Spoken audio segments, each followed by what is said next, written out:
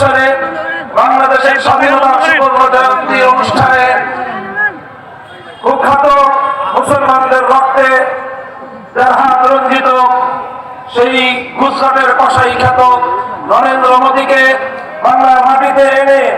এদেশের স্বাধীনতার সুবর্ণ জয়ন্তীকে বিতর্কিত করার প্রয়াসের বিরোধিতা করে প্রতিবাদ জানিয়ে শান্তিপূর্ণ বিক্ষোভ প্রদর্শনকালে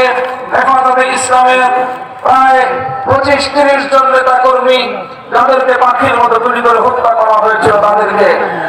সর্বশেষ 2024 সালে ফ্যাসিবাদের বিরুদ্ধে সংগ্রাম করতে গিয়ে বৈষম্যহীন বাংলাদেশ গড়তে গিয়ে খুনি হাসিনার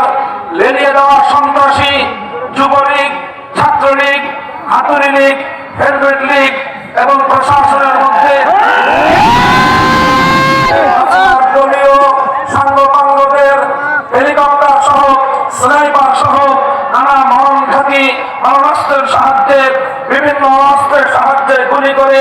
ঠান্ডা মাথায় খুনের শিকার দেড় সহস্র বাংলার দামাল কামাল ছাত্র জনতা সহ সকল বীর শহীদানদেরকে সংগ্রামী সাথী ও বন্ধুগণ, যারা রক্ত দিয়েছিল একটি ফ্যাসিবাদ মুক্ত বাংলাদেশ দেখার জন্য, যারা জীবন দিয়েছে ফ্যাসিবাদের পতনের জন্য, যারা জীবন দিয়েছে বৈষম্যহীন একটি বাংলাদেশ গড়বার জন্য, যারা জীবন দিয়েছে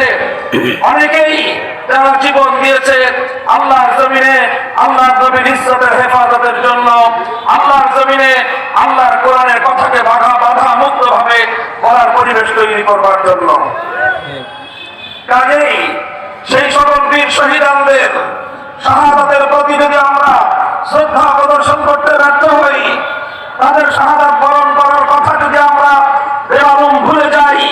দেশ যদি ভুলে যায়, প্রশাসন যদি ভুলে যায়, সরকার বা রাষ্ট্র যদি ভুলে যায়, এটা হবে জাতীয় গাদ্দারি, শহীদদের সাথে গাদ্দারি। এই সকল বীর শহীদানদেরকে আমাদের স্মরণ রাখতে হবে। তাদের যে আত্মত্যাগের যে উদ্দেশ্য ছিল বৈষম্যহীন জুলুম মুক্ত একটি সমাজ আমাদেরকে করতেই হবে। সংগ্রামী সাথী ও বন্ধুগণ, আমি মঞ্চে দাঁড়িয়ে